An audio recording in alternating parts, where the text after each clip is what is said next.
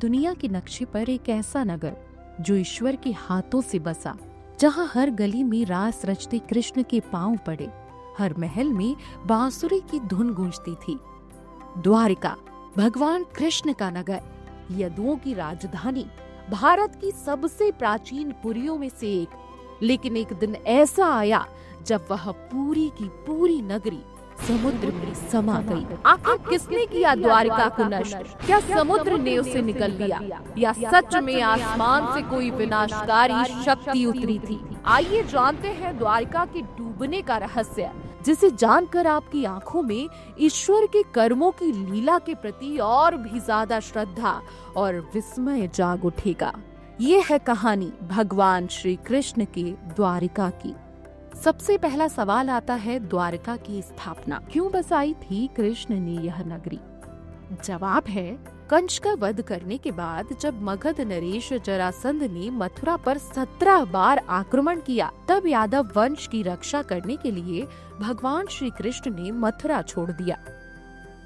उन्होंने समुद्र के किनारे गुजरात के पश्चिमी छोर पर स्थित कुशस्थली क्षेत्र को चुन लिया, जो पहले से ही एक प्राचीन नगरी का उजड़ा क्षेत्र था। गरुण के कहने पर और रेवतक पर्वत के निकट इस नगर को पुनः बसाया गया और इसे द्वारिका नाम दिया गया। इसका अर्थ था द्वारों वाला नगर। कहा जाता है कि द्वारिका में 56 करोड़ से भी ज्यादा लोग बसे थे। नगर के चारों ओर भव्य दीवारें थीं, कई द्वार थे, सुंदर महल, स्वर्ण रजत जड़ित स्तंभ, शुद्ध जल के कुंड, विशाल यज्ञशालाएं और गोमती नदी का अद्भुत संगम इसे स्वर्ग से भी सुंदर बनाता था। पुराणों के अनुसार महाभारत युद्ध समाप्त हो चुका था। धर्म की स्थापना के लिए भगवान कृष्ण ने जो उपदेश लेकर जन्म लिया था, वह भी अब पूरा हो चुका था। लेकिन युद्ध के बाद कुरुक्षेत्र की भूमि पर खड़े होकर गांधारी ने श्री कृष्ण को श्राप दिया। गांधारी का हृदय पुत्र शोक से विदीर्ण था। गांधारी ने कहा, हे वासुदेव, जैसे मेरे पुत्र नष्ट हुए, वैसे ही तेरे भी यदुवंशी पुत्र, पौत्र और कुटुंब भी नष्ट होंगे। श्री कृष्ण गांधारी की बात सुनकर मुस्कुराए, क्योंकि वो जानते थे कि कलयुग का प्रारंभ होना था और उनके बिना यदुवंश कलयुग के प्रभाव से बच नहीं सकता था। गांधारी का श्राप उनके कार्य का ही एक हिस्सा था। ऐसी ही कहानी आगे बढ़ती चली गई। यदुवंश में कलह की शुरुआत हुई। 36 वर्षों के बाद द्वारिका में एक दिन ऋषि कण्व, विश्वामित्र, नारद और अन्य महर्षि आए। युवराजों ने उनका अपमान कर दिया। युवराजों ने ऋषियों का उपहास उड़ाने के लिए सांब, जो कि कृष्ण के पुत्र थे, उनको एक महिला की तरह सजाकर ऋषियों से पूछा, मुनिवरों बताइए, यह स्त्री क्या जन्म देगी? ऋषियों को यह घोर अपमान लगा। उन्होंने क्रोध में कहा, यह अपने गर्भ से एक मूसल को जन्म देगी, जिससे संपूर्ण यदुवंश का नाश होगा। सांब के पेट में सच में लोहे का मूसल निकला।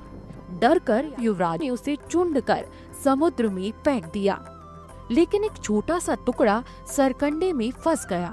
समुद्र के किनारे वह चूर्ण सरकंडे की घास बन गया और वही घास अंत में यदुवंश के विनाश का कारण बनी। यदुवंश का आपसी युद्ध।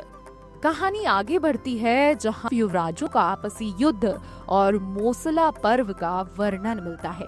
एक दिन युवराज समुद्र तट पर मदिरा पान कर रहे थे। मदिरा के नशे में चूर होकर सत्यकी और कृतवर्मा में विवाद हुआ, जो धीरे धीरे भयानक युद्ध में बदल गया। नशे में चूर युवराजों ने पास की सरकंडे की घास तोड़कर एक दूसरे पर प्रहार करना शुरू कर दिया। उस घास में ऋषियों द्वारा श्रापित मूसल का चूर्ण था। जैसे ही घास का स्पर्श उनके हाथों में हुआ, वह लोहे के दंड की तरह कठोर बन गई और युवराजों ने एक दूसरे को मारने लगे। कुछ ही पलों में द्वारका का समुद्र तट रण क्षेत्र बन गया। भाई ने भाई को मारा, पुत्र ने पिता को और मित्र ने मित्र को। ये सब देखकर बलराम जी समुद्र तट पर बैठ गए और ध्यान में लीन होकर अब दूत रूप में प्रवेश कर गए। कृष्ण जी, जिन्होंने ये लीला होते हुए देखी, वे जानते थे यह ही अंत था। वे वन में गए, ध्यान में लीन हुए। तभी शिकारी जड़ ने कृष्ण जी के पद्मासन में बैठे चरणों को हिरण का मुख समझकर वाण चला दिया। श्री कृष्ण मुस्कुराए, उन्होंने जड़ को क्षमा किया और फिर अपना देह त्याग कर वैकुंठ लौट गए। कहानी आगे बढ़ी। अर्जुन का आगमन द्वारका में हुआ। भगवान श्री कृष्ण के देह त्याग के बाद अर्जुन द्वारका आए। वहाँ चारों ओर मृत्यु और वीरानी देख उनका हृदय कांप उठा। उन्होंने देखा नगर उजड़ चुका था, बलराम और कृष्ण नहीं थे, स्त्रियां रो रही थीं। अर्जुन ने उनका पालन करने का निश्चय किया। वे सभी महिलाओं और बचे हुए कुछ वृद्ध शिशुओं को लेकर हस्तिनापुर की ओर चल पड़े। जैसे ही अर्जुन द्वारका से निकले, समुद्र का जल उठने लगा। धीरे धीरे लहरें द्वारका की गलियों में घुसने लगी। महल, मंदिर, राजप्रसाद, यज्ञशालाएं सब समुद्र में समाते चले गए। जब तक अर्जुन नगर की सीमा पार कर रहे थे, द्वारका उनके साथ साथ चल रही थी। जैसे ही उन्होंने अंतिम द्वार पार किया, समुद्र की लहरों ने संपूर्ण नगर को निगल लिया। कहा जाता है कि द्वारका भगवान की लीला थी। जिस प्रभु के कारण द्वारका थी, जब वह प्रभु ही पृथ्वी से विदा हो गए तो द्वारका का रहना ही व्यर्थ था। यह श्री कृष्ण का दिव्य नगर था, जो उनके जाने के बाद समुद्र में विलीन होकर वैकुंठ लौट गया। द्वारका डूबी नहीं थी, वह तो उसी प्रभु के पीछे पीछे लौट गई जिसके लिए वह बसी थी। यह नगर मात्र पत्थरों, महलों और सोने चांदी का नगर नहीं था, बल्कि वह तो श्री कृष्ण के प्रेम, उनकी लीलाओं और उनके भक्तों की अटूट विश्वास की भूमि थी। आज भी कहा जाता है कि समुद्र की लहरों के नीचे वह दिव्य नगरी वैसी ही खड़ी है जैसे कृष्ण को छोड़ते समय थी। वैज्ञानिक खोजें भी इसके प्रमाण देती हैं, परंतु श्रद्धा को प्रमाण की आवश्यकता नहीं है।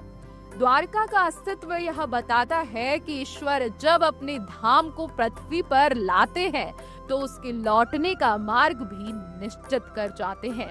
द्वारका आज भी समुद्र की गहराइयों में बसी है, जहाँ रास रचते कृष्ण के पांव पड़ते हैं, जहाँ बांसुरी की आवाज गूंजती है और जहाँ भगवान कृष्ण के मनमोहक दर्शन होते हैं। ये है कहानी द्वारका की, जो आज भी सबके दिलों में, मन में और चिंतन में बसती है।